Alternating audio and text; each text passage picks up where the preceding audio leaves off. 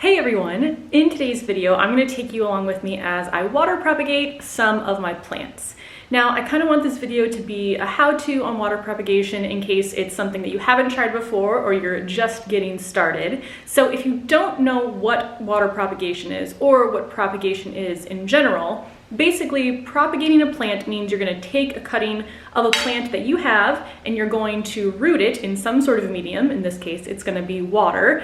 You're going to let it grow roots and then you're going to plant it and make it become a whole new plant. Now, I still remember the first time I ever learned about propagation, which was a little bit after I'd already started kind of on my plant journey. But I remember thinking like, wait a minute, you're telling me I can take a piece of an existing plant, turn it into a whole other plant and not have to pay anything for it? So that's really the best part of this, is for free you can multiply your plants and fill your home with as many plants as you want.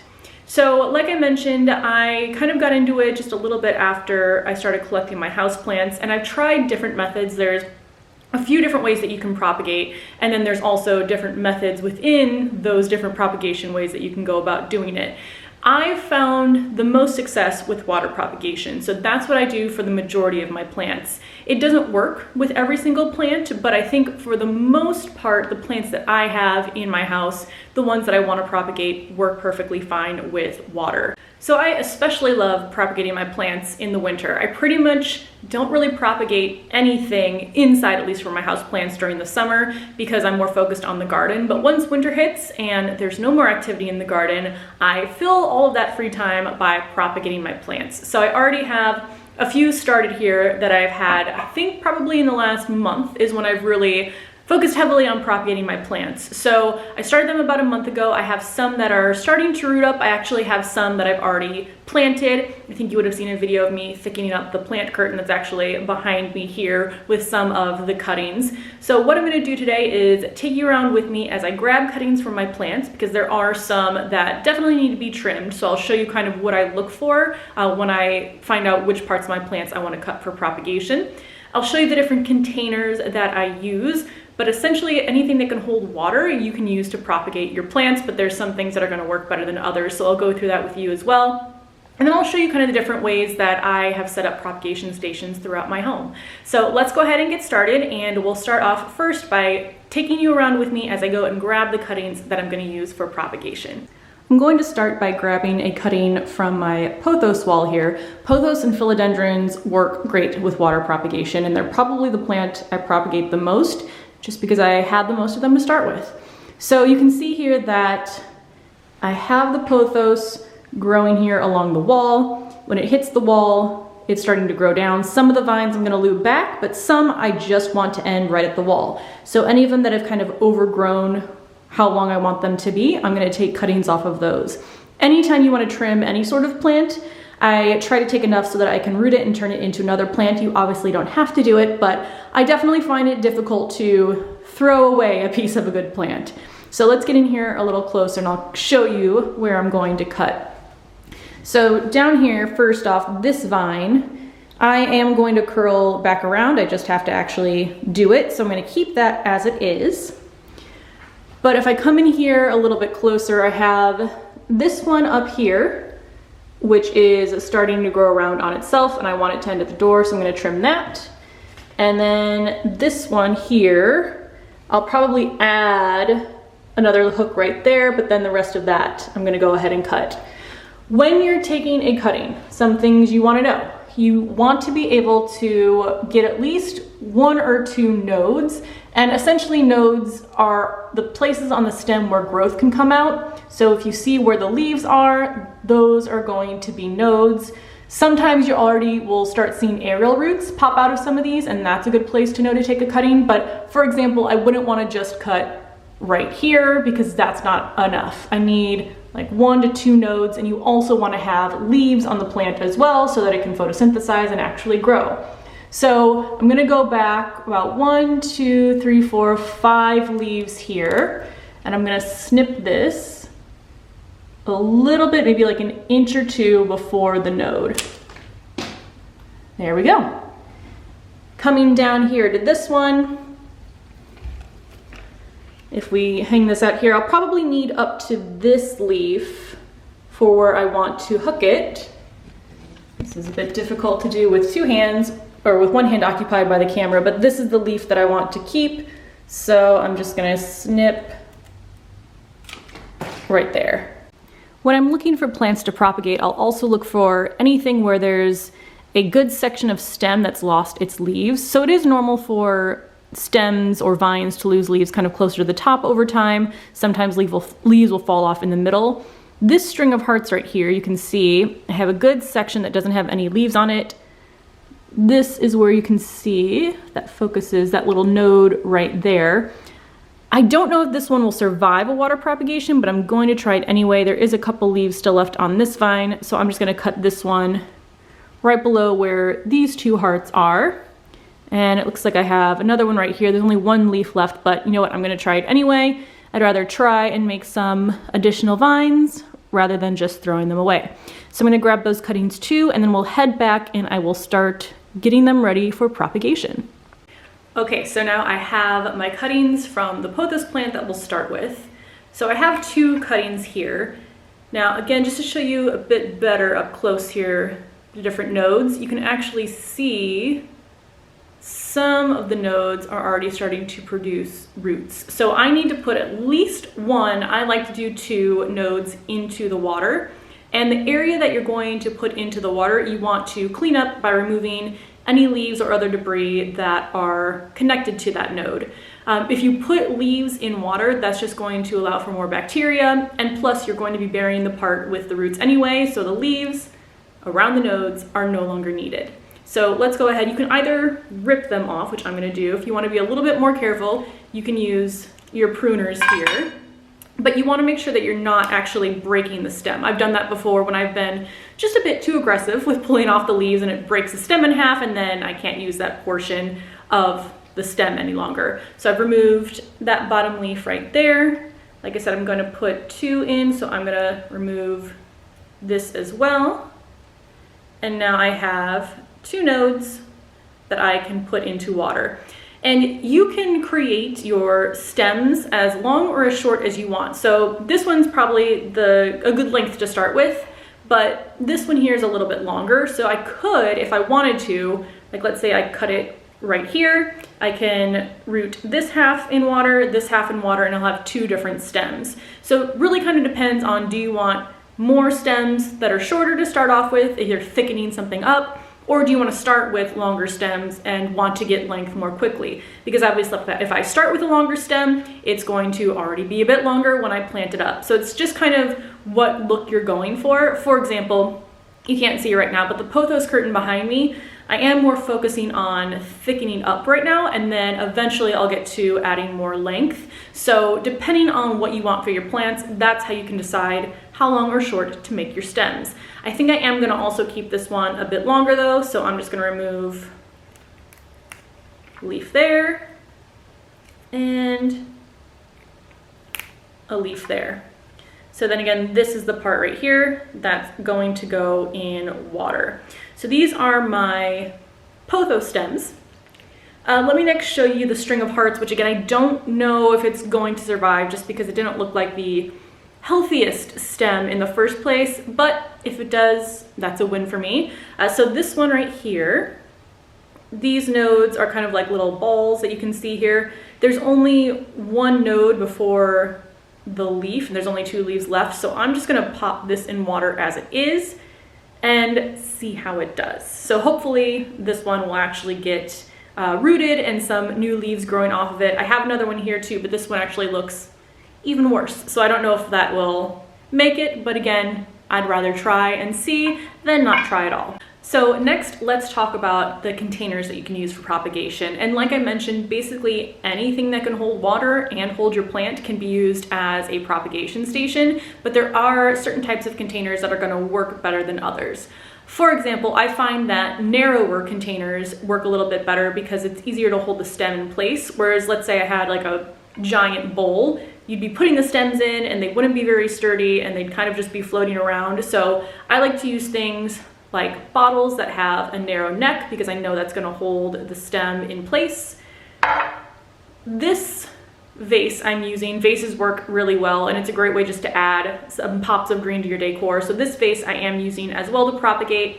However, I would say if you're just getting started, I would recommend using something clear. That way you can keep an eye on the root length, see how long the roots are growing.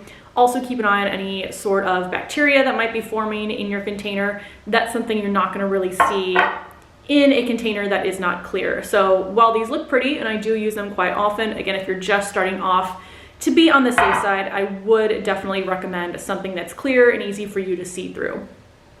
Now for the string of hearts, I also like to use something with an even more narrow neck. Because these vines are so small, I find that the narrower the neck, the easier it is for it to stay in place. So I'm just gonna go ahead and pop these in there. I really like to find any sort of glass jars at thrift stores or antique shops. I think those can oftentimes have like just a really pretty look about them that you might not be able to find in the store. But again, anything that can hold water is something that you can go ahead and propagate your plants in. So let me go ahead and put the pothos vines into a couple jars, and then I'll take you around and I'll show you what different items I use as propagation stations. So here, I just have a couple more of these glass bottles, which all fit nicely into a little rack that looks really pretty. So I'm just gonna take, oh, that's the leaf, not the cutting. I'm just gonna take the cuttings here. Again, I want to make sure this section is covered in water. So there we go. I have both those nodes in there. That one's good. And then same thing over here. Just plopping this down in the water, and I have both of those nodes covered. So those are the jars that I'm going to use. You can, if you want to, I could put both vines into one jar or multiple vines into a jar, but because these are a little bit smaller and just the way I have my setup, I have extra jars. So I'm just going to do one per jar for now, but when I do have a lot of cuttings, I will put multiple stems within a jar. Again, you just want to keep an eye out for any sort of bacteria and the root growth as well, and make sure they don't get tangled up when they're in the jars together. But now let me show you what I have as some of the propagation stations around my home. I've shown this in a video before, but this is a candelabra that I turned into a propagation station. If you want to check out the video as far as how I made it, I will link that below. But I really like to make my propagation stations part of my decor. So I don't necessarily want to have just a bunch of random jars filled with propagations laying around, although I've definitely done that as well. But if I can turn it into something that also looks pretty while it's propagating, that's kind of a win-win situation for me. So I have 5 different cuttings in here. It's just a candelabra with some test tubes glued in, and you can see right there we have roots growing on some of them. So this is my candelabra propagation. And over here is the propagation station where all of those matching jars were from that I just put my pothos cuttings into. So this I found, I think it was at an antique store, but I'm pretty sure this wasn't an antique. I think it was like an antique / gift store. So this was just a set of vases in this metal connector. And I think it's actually meant for like fresh flowers, but obviously you can use that for propagations as well. So I will typically have this whole thing full in the winter, which I'm probably going to have here pretty soon. Still need to tidy up this area a little bit, but I just really like the look of it. Again, it's a little bit nicer than just, you know, random jars that you might have lying around. So there is going to be a little bit of maintenance with your propagations, but not a ton. Basically, you want to check on them at least once a week. I try to check in maybe about twice a week, just to keep an eye on the water level and how big your roots are, because once your roots are long enough, then you can go ahead and plant up your cutting. But water is very important. So 2 things you want to look out for. 1, you want to make sure that the water level stays high enough so that it's covering the nodes. Obviously, water evaporates, so as the days go on, the water level is going to decrease, and if you're not careful, it can actually go below where the nodes are, and then your cutting is not going to root properly. And it can actually kill the roots that were already growing if they stay dry for too long. Also, I recommend changing out the water at minimum once a week. Some people say you can just top it off. I like to completely dump out the water and then refill it with fresh water, because that's gonna help, at least I feel, to control for any bacteria issues that might happen. Especially if you do start to see any sort of discoloration in the water, any sort of bacteria growing, clean out the bottle, fill it with fresh water, and then put your cutting back in. If not, you might end up with some root rot and the cutting will die. After I take this out, let's say this was ready to be planted, after I plant it, I'll actually take the bottle or the container that the cutting was in, run it through the dishwasher or sanitize it in some way, just so that when I put a new cutting in, if there was anything from the old cutting, I know I'm starting out with a brand new clean vessel for the new cutting. So that's what you want to make sure of. Again, I would recommend changing at least once a week, but if you can change it more often, the more often the better. If you wanted to go crazy and do it daily, that's perfectly fine as well. And actually, that's a tip for fresh bouquets of flowers too. The more often you change the water, the longer they'll last, because there won't be that bacteria growing in there. So for fresh bouquets, I actually do change the water daily, and that just helps to extend their life. Now we are ready to add this jar right here into the propagation station. And you want to make sure that your propagation station has some good indirect light, but you don't want it to be in harsh direct light. So make sure it's somewhere that receives a little bit of good indirect light throughout the day. Also, when you're doing your weekly water checks, that's when you can go ahead and check for the root length. I don't think I have any. These are all relatively new cuttings, so I don't see any that have any significant root growth, but I think there might be some in my candelabra propagation station. So we do have a couple here that have rooted. So there's one here, I'd say that is a little bit over an inch long. So I'm gonna just delicately put that back in there. And then this one up here also has a root that looks to be about an inch long. And that's typically how long I wait before I go ahead and pot them up. So these two I'll actually probably plant pretty soon here. Not sure what container yet, but I definitely think they are ready. I'm not sure how I decided an inch was going to be the game plan for me in terms of when to propagate the plants, but it has worked. And I want to basically have enough root length that it's going to be able to easily root into the soil. But you don't want to wait too long where, again, the roots are really long, getting tangled together. Also, there's more chance of spreading bacteria the longer the roots get. So I've always found that about an inch worth of root length works to know that it's time to plant it up into some soil. And when I do plant them, I just keep them a little bit more moist than I typically would for a couple weeks until I feel like they are really rooted in well to the new pot. So I think what will be good now, actually no, there's one thing I did want to mention.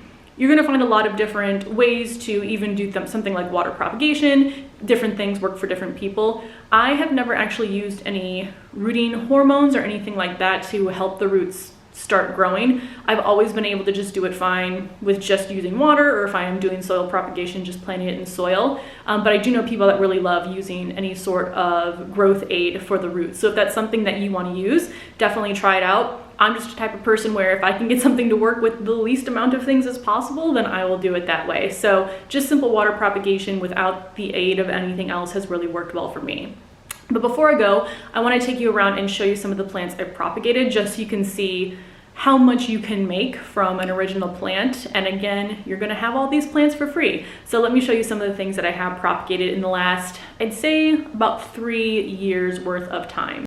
This pothos / philodendron plant curtain / plant wall is definitely my propagation pride and joy. It's something that I had an idea in my head, and obviously at the beginning, I think I started maybe 2 years ago. The vines were just barely poking over the flower box here, but all of these vines have been taken from my other plants. Actually, the pothos that's growing along the wall is where all of the pothos cuttings in here have come from. So you can see how much you can get even just from one plant. So this by far is my favorite. And then actually, this plant here is also another propagation from my philodendron plant. And you can see how really beautiful, thick and full it is just flowing down this plant stand. So that was also a free plant.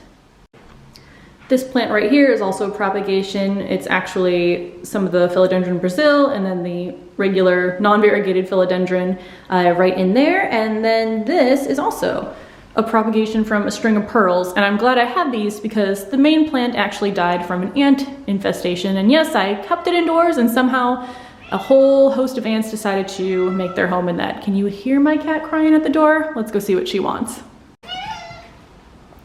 Would you also like to propagate plants, or are you just here for some rubs? I think she's just here for some rubs. So I think that's going to be everything for today, which is good because it's time to pet my cat. So thank you so much for watching. Let me know if you do anything different with water propagation or other propagations that have worked really well for you. And thank you so much for watching. I will see you in the next video.